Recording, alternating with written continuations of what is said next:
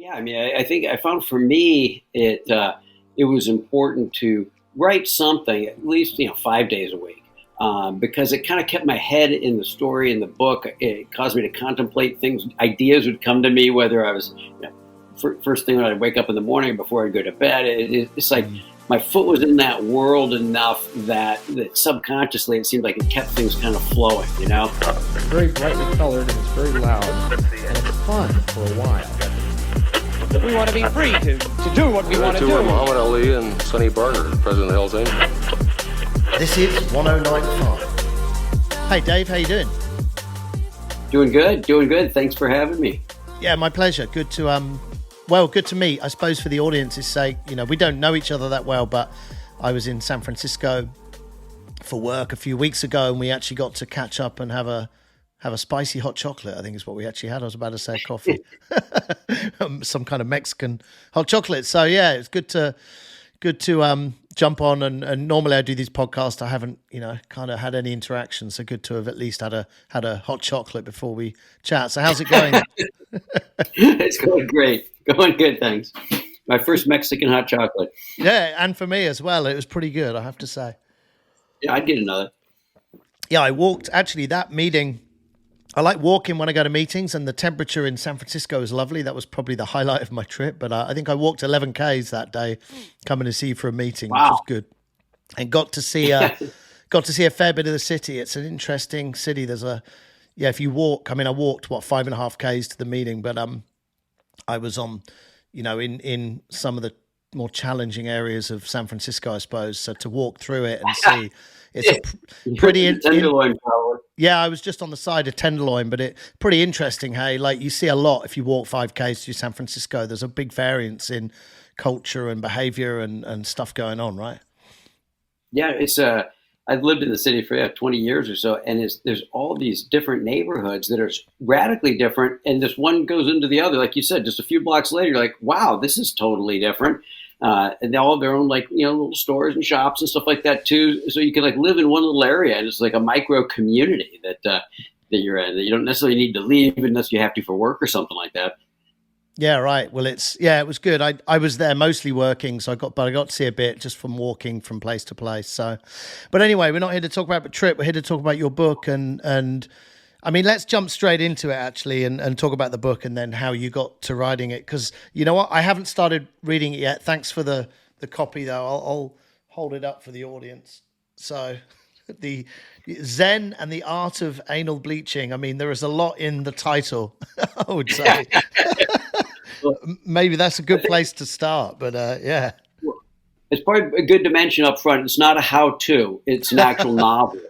So we don't want the readers to get the wrong idea.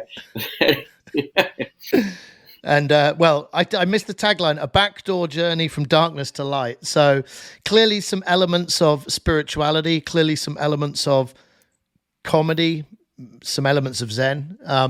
Give us your, I suppose, 10,000 foot take on your book and the theme of it, what it's about, and you can jump into the story as well or whatever. Sure. So the whole idea was really, why can't spirituality or reading about spiritual things like Buddhist psychology, why can't that be something that's fun, that can be done in an environment or in a story that's funny and lighthearted, that's contemporary, is set in our Western culture, people having problems that we tend to have that we can all relate to, so that and you can enjoy a funny story, and at the same time, you can be as introspective as you want to relative to what this guy's journey is and how he's really kind of a journey of self-discovery and kind of in a Buddhist type of way. But you're not going to get a bunch of Buddhist terms and things like that, right?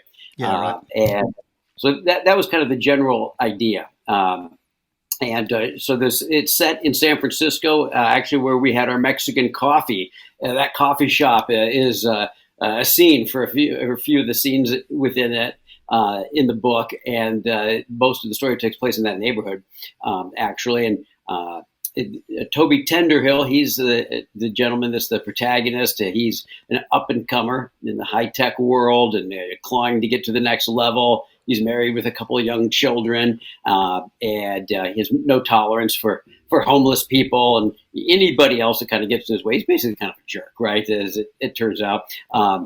Anyways, he makes some piss poor decisions, and his life kind of implodes on many different levels. And he's, kind of reeling, trying to reconstruct his life to support, his identity and who he is and all that type of stuff. And despite his efforts, it doesn't really go his way. He ends up, meeting some interesting characters along the way. One happens to ironically be a homeless person whose encampment is right outside his apartment complex, who's an Vietnam vet that is homeless by choice, but ends up being pretty sage-like too. So as Toby's going through his struggles and everything else, this gentleman is able to kind of start having conversations with him, and next thing you know, Toby's trying to kind of really question the nature of, okay, well, who am I really? And what is my identity? Why am I striving for the X and Y and Z and reacting certain ways? And there's some other funny characters in the book, and there's a lot of funny scenes, but at the same time too, it's a pretty introspective journey as he kind of starts to realize who he isn't after all that maybe he always thought he was. Cool. What was the inspiration behind the idea for the book? So I don't know how many, obviously anyone who reads would know Zen and the Art of Motorbike Maintenance, but there's probably others, are there? There's probably there's number Zen of them that came off the back of that, right? Yeah, Zen and the Art of Archery, Zen and the Art of, there's bunches of them. And so the title's really a spoof on, the Zen and the Art books, right? Zen and the Art of Motorcycle Maintenance, I'd read it a couple different times, and I liked it. I was a psychology major and liked philosophy, and it was a neat deconstruction of Western philosophy, but it was dry. The plot was really, barely kind of there. The plot itself wasn't all that necessarily entertaining, and it was a lot of heavy, just philosophical stuff going on that didn't totally really tie in directly with the actual what was going on in the book. And I thought, you know what? Why can't it just be a good, funny story, with interesting characters and you can enjoy it for the story in and of itself, even if you don't really want to contemplate too much of the philosophical stuff that's going on, or it can be a real deep dive into your own persona and psyche and identity if you want to have it be an introspective journey. And that was really kind of the motivation. Me and a buddy of mine actually came up with the title of the book years ago, because we were just thinking of funny titles for books, and we started spoofing some different titles like Zen and the Art of Motorcycle Maintenance and all. Came up with that, and he came up with the tagline, "A Backdoor Journey from Darkness to Light." And we laughed about it a lot, but nothing ever got written, right? And then a few years later, my buddy Steve is writing his book called Spiritual Constipation. How to Get Shift Moving, which is a compilation of he had a blog that was pretty popular and he had a bunch of blog posts, and he really cleverly wove them together into a book. It wasn't a fictional book, and it got me kind of thinking, well, shoot, I better start writing a story for Zen and the Art of Anal Bleaching. This is never gonna be anything. So I started to put pen to paper and started learning how do you write fiction, because I love reading fiction, but I hadn't written it. And anyway, about 2.5 years later, and a lot of rewriting as I learned more about writing, and it ended up getting published. Yeah, is this your first book, is it? I forgot. We must have discussed that. It is your first book. So it's a pretty big undertaking for a first book, because it is it's a chunky book. Yeah, how many words? 120,000 or something, is it? Like, what's the... Yeah. So it is about 120. Respectable size novel. And this is kind of how long the story seemed to take. I wasn't shooting for a specific amount of words, but I didn't want to rush it, and I wanted to keep the humorous stuff in there. And but it's a lot of dialogue too, so it's a fast read. It's an easy read too. And how did you? I'm doing a fair bit of writing at the moment, nowhere near that kind of capacity in terms of words, but when you get 2/3 of the way through any kind of project, that's where it gets difficult, right? Because you're thinking back, what did I write there? How did I check that? When you were like 90,000 words into this, like I suppose I ask it from an advice point of view for other writers, and because this is a good chunky book, like how did you deal with that? What were the challenges? Yeah, like in terms of the structural process. No, I mean you hit the nail on the head. One of the hardest parts, is how do you keep it organized in a way that you can easily find the pieces that you remember might relate to something you're doing. So, when I was rewriting certain parts and incorporating feedback or my own ideas, and you change something up front, and you realize, oh, that trickles down. I got to adapt that change through 20 different other areas in that book, and how do I find those areas and remember where they are? And I used a writing application called Scrivener, which is a pretty popular one, and that does allow you to organize chapters and scenes within chapters. You can name them whatever you want, just so like first time Toby talks to Eddie, or argument at the plow bar or whatever. So that makes it a little bit easier. You can search for certain words or things like that. Then though too, I mean, it's I wrote kind of the first draft, and then after that started taking a look at Save the Cat, I think, is a methodology for writing novels or screenplays or whatever that talk about certain beats that typically you find at certain points along these stories and stories that work really well.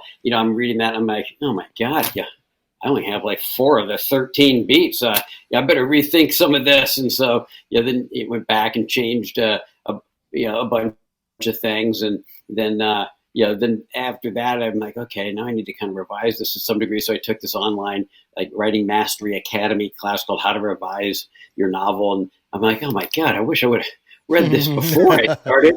So every scene, there's a checklist of things that you should be thinking about or having in each scene. And I'm like, I've got half of them, and some, scenes not at all. So there's a lot more rewriting happened then. And also, I think because I was kind of learning as I went,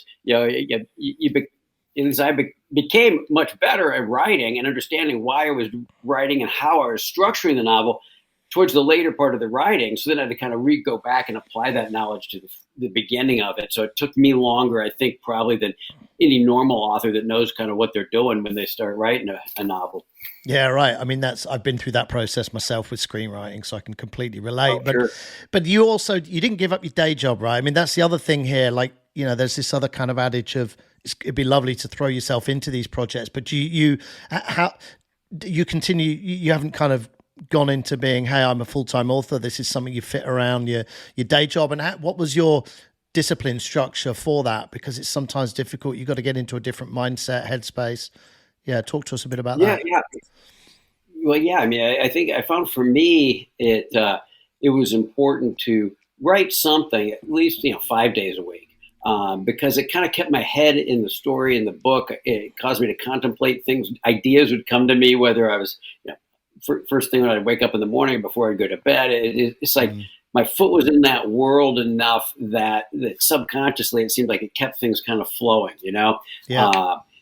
And I would find that when I would say get a draft, and then it'd be, okay, I'm exhausted. I got to work up the nerve to go back and revise.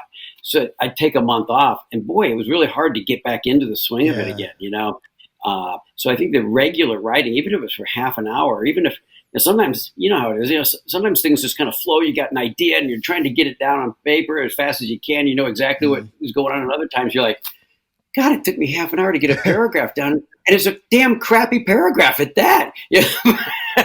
I mean, if there was a tablet for that flow state, I mean, honestly, it would be someone would be a multimillionaire, because I don't know who it was. I remember reading or listening to an author talk about his process, which was to just saying, right, if I'm going to write from 9 a.m. till 12 p.m. till lunchtime, whatever, I'll go and sit somewhere and I will make a decision in my head that all I'm doing is writing. So if there's a distraction, which we have so many distractions now, whether it's, especially if you're on a laptop, which most people are writing, and, the temptation to kind of quickly flick onto email or social media and then your phone. And he would just say, whatever I'm doing now, I'm writing. So just force him. And he said that might mean sometimes just sitting there for an hour.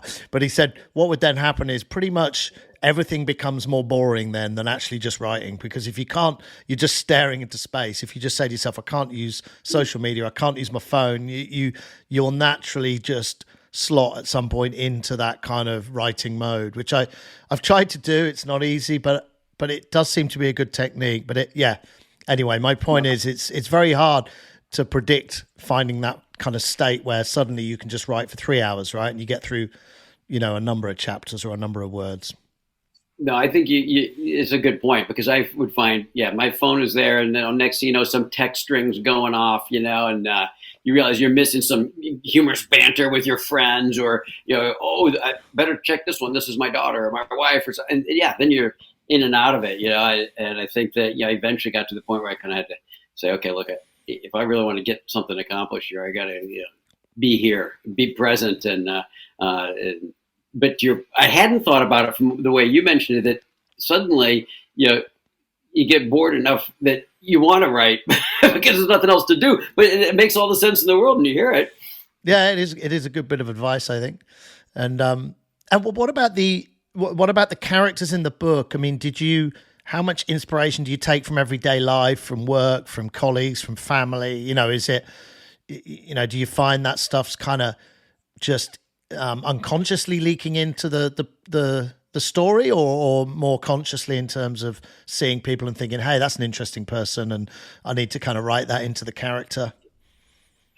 I would say some of both, really. There's a homeless gentleman that plays a pivotal role in the book, and he was based on a homeless gentleman that lived in my neighborhood that I got to know.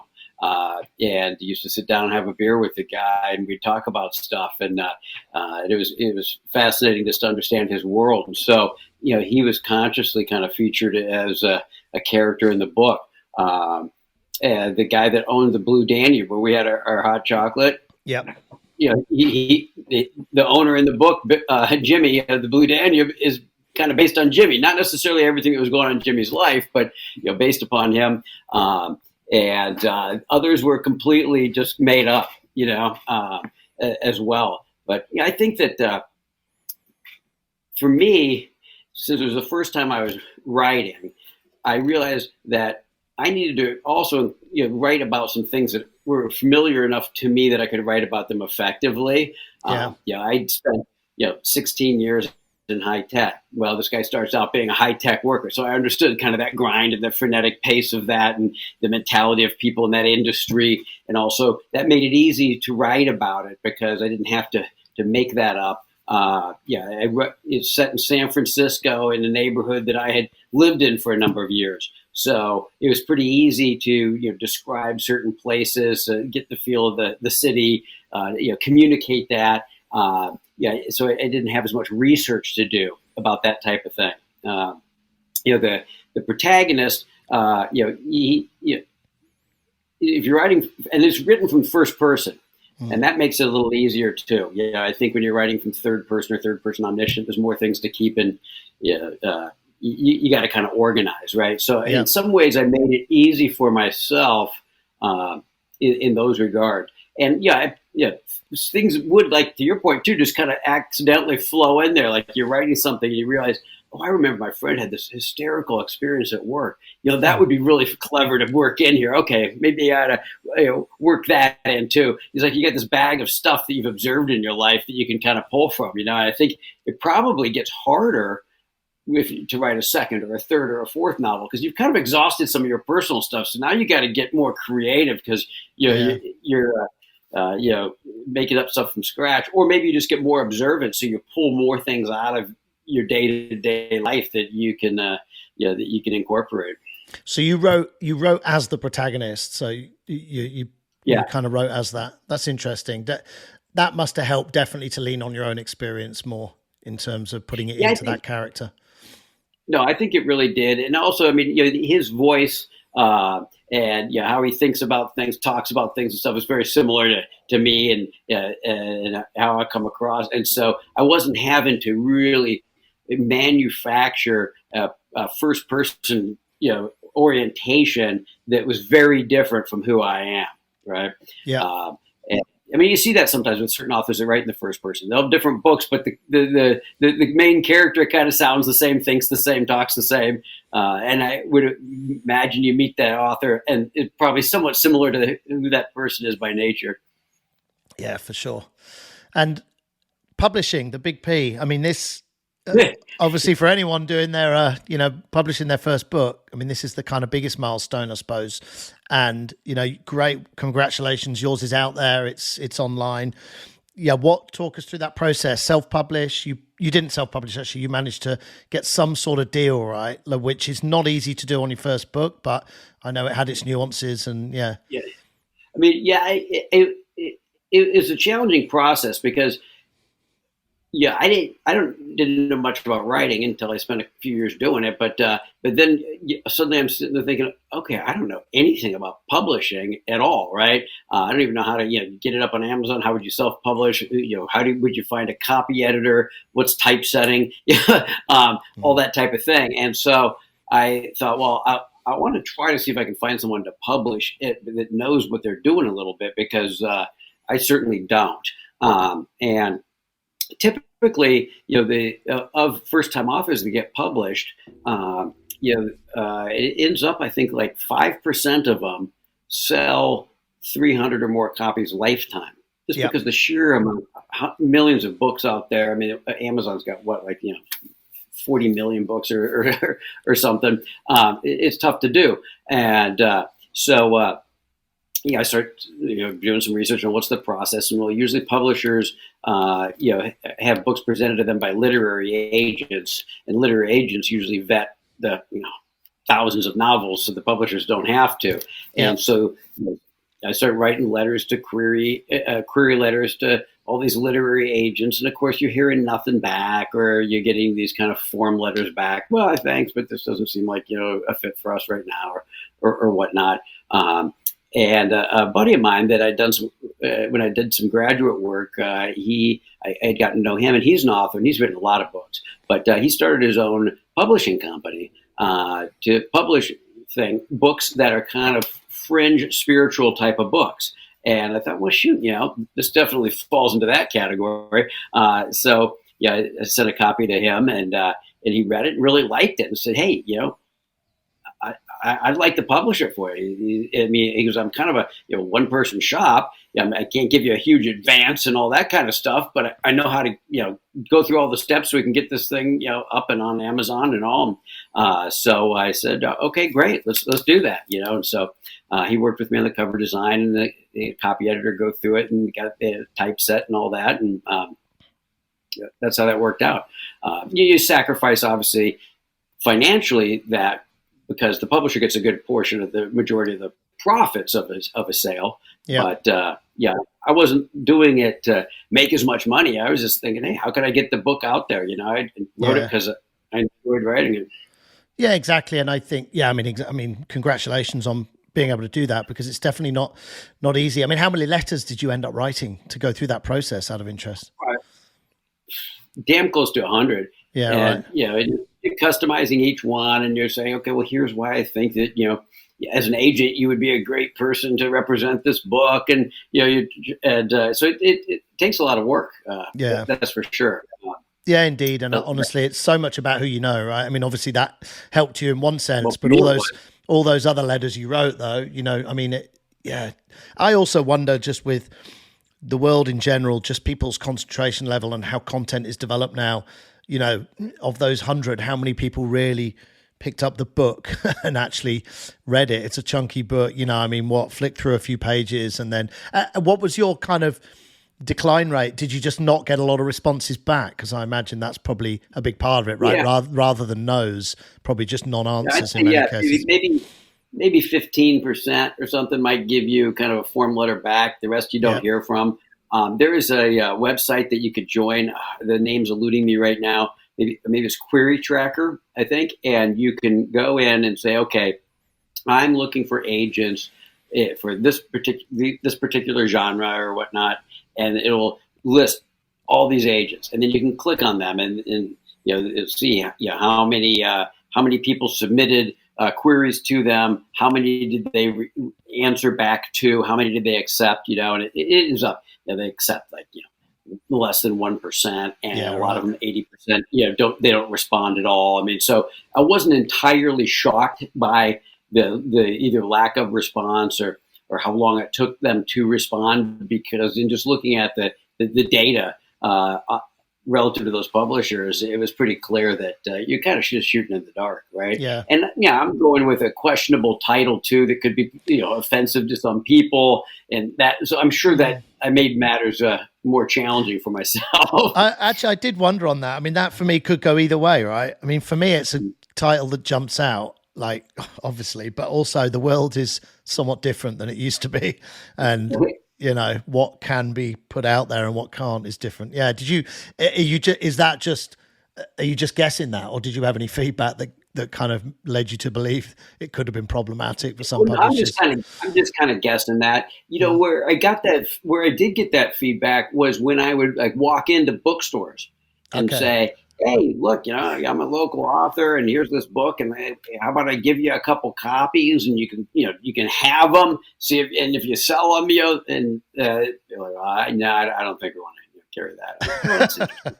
Well, to be honest, if you California is probably the best place in the world to get that sense of whether it's sensitive or right. I think probably so. There's probably other places that wouldn't have been, but California will give you a good sense of how sensitive that cover or that title is for certain bookshelves. So the funny thing though too is other people be like, "Oh my God, the only reason I bought this is because it was the cover was so funny, it caught my attention too." So that's what it did for me. Yeah. So is it helping you? Is it hurting you? I think where it hurt me the most is Amazon decided that one of their algorithms flagged it as, this counts as adult content. And if you go to just the Amazon homepage and type in Zen and the Art of Anal Bleaching, or you type in my pen name, Old Harry Jesus, it won't come up. But if you go into books, it'll come right up. And you can Google it and you can see, it comes up in a number of different areas, and you can get to it and all that. So I thought, that's interesting.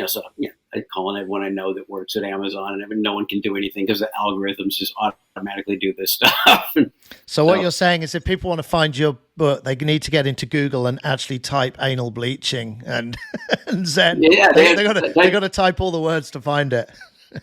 Or just go, if you go to Amazon, just go into the books category, then you can search it up by Zen and the Art of Anal Bleaching. You can go to my website, and then from there, it talks about it a little bit, and then there's links that'll take you right to where you can buy it on Amazon. So that's this oldharryjesus.com. Awesome. Well, we will leave those links in the speaker notes. I'm curious. Just before we jumped on, you were asking about screenwriting software, and we chatted a little bit about films when I was with you. So I'm just curious. Are you now going down the path of getting into screenwriting, different project, or this book, if you're willing to share? Yeah. So just curious on that front. A friend of mine, an old friend of mine, we were chatting at, actually I did a book signing, and he came and we were chatting, and he had said, hey, he had a concept for a screenplay that would maybe be a good series, and it sounded like it was pretty funny and all. And he said, hey, if you're interested, maybe we could collaborate on it or whatnot. And I said, well, hey, yeah, absolutely. Why not? I said, I don't know anything about writing a screenplay, but I didn't know anything about writing a book either. And then the other day he kind of sent me an email, and it had just some of the general outlines of the premise of the show and some of the characters and stuff. And he was saying, you should probably do some research and find out, what kind of applications do people use. And, so that I'd be talking to you, and that you had recommendations I could give him. So who knows, we may play around with that and see if anything comes out of it. But awesome. It's just fun to learn about how all that stuff works, right? Yeah, definitely. And I mean, if you're obviously very character driven in terms of your writing, so I'm sure you'll enjoy it, because that's obviously what screenplay writing is. So I didn't have a lot more questions. I suppose really though, advice. I mean, you've given quite a bit of advice just in answering really, but maybe more overarching advice to first time authors embarking on, hey, I'm going to write a book. It can be daunting for many different reasons that we've touched on. Yeah. Any kind of advice that you want to give on that front? Well, I'm thinking, when you ask me that, I'm thinking, okay, what do I wish I knew when I was starting? And I think using something like Scrivener definitely is a very helpful way to organize things. You can move scenes around. You can easily find things. You can snapshot a scene and then rewrite it and still have the previous version. I mean, there's a lot of things that are handy, and I probably use a fraction of the functionality.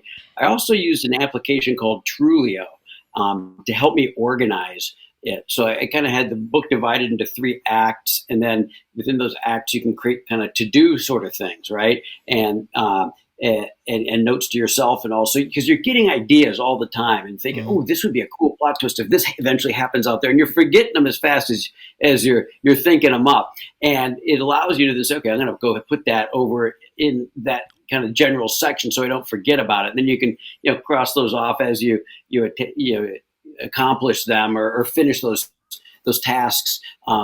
And that was very, very helpful too. So then I could come in and say, okay, what do I need to work on next? Because it's easy, at least for me, to get overwhelmed when I'm busy thinking about a lot of different dimensions of how this stuff's going to work. And then again, if you don't write it down, you're not going to remember it. But just writing it down on a notepad, then hoping you can flip through and find that note at the right time, to me didn't seem that like that would work too well. The challenge I had too, well, not necessarily knowing the key beats or things like that, is I wish I would have early on kind of almost created at least as rough a straw man as I could have of kind of the different scenes. What did I want those scenes to accomplish? Where in the book would they fall? So I kind of knew where things were going, because then you can set things up a lot better. I kind of started out, with the Stephen King approach of, you have this setting and you have these interesting characters and there's some problem, and then they start interacting and the story kind of just unfolds. And it's like, well, I'm 100 pages into this thing and I don't know how the hell it's unfolding or how it's going to come together or whatever, So I would have been a little bit more proactive on the front end of maybe thinking through the plot. The challenge that was, I think, unique to this story is, you've got the story and you've got the guy and the experiences he's going through, but then you've also got his internal transformation as he's going through this process of his spiritual unfolding. And that's being triggered by these dialogues he's having, with this homeless kind of sage almost, right? Mm-hmm. And so it's like, okay, there's a dialogue that happens, they discuss something. Well, then he needs to go and have some experience or rethink or contemplate that. And I know that, and it needs to maybe be talked about again here or there. And so I had to create kind of a whole separate map of what are these key kind of milestones in this guy's spiritual journey, and where are they referenced by what character and how often, and then what within the actual story is illustrating that happening within him. Yeah. And I eventually had to kind of go back, think that through, and I realized, well, it's kind of mentioned here, but not really there. Nothing really anchors this. You never hear about this again. And I realized if I'm someone that doesn't know anything about any of these kind of, this Buddhist psychology, I better be a little bit more conscious about how I'm putting this forth for ease of consumption and understanding, so it's not too stressful for the reader. Awesome. Good advice. Yeah, some hints I'll also take there. So, look, I didn't have any other questions unless there's anything I didn't ask that you'd like to add. Otherwise, I'm going to hold your book up again and we can one more time. No, thanks a bunch for having me on. It's been a pleasure. And I tell your listeners, it's also a good Christmas present for people if you want. Well, just again, do you want to just call out the where to find the book, where to buy it, and I'll still put the notes in for anyone watching or listening. But yeah, Zen and the Art of Anal Bleaching. Yep, you can get it on Amazon. Just go into the books section and search it up, or you can go to my website, which will have links to where you can get it on Amazon, and that's just www.oldharryjesus.com. And if you like the joy of giving and the joy of watching a friend unexpectedly open a gift of that title in front of his entire family under the Christmas tree on Christmas morning, it could be a funny gift to give somebody. Cool. Anyway, thanks a bunch for having me on. Always a pleasure chatting with you. Yeah, my pleasure, Dave. We'll keep in touch. And congratulations on your first book, getting it published and with everything else you do. All right. Well, thank you very much. I appreciate it. To Muhammad Ali and Sonny Barger, the president of Hell's Angels. This is 1095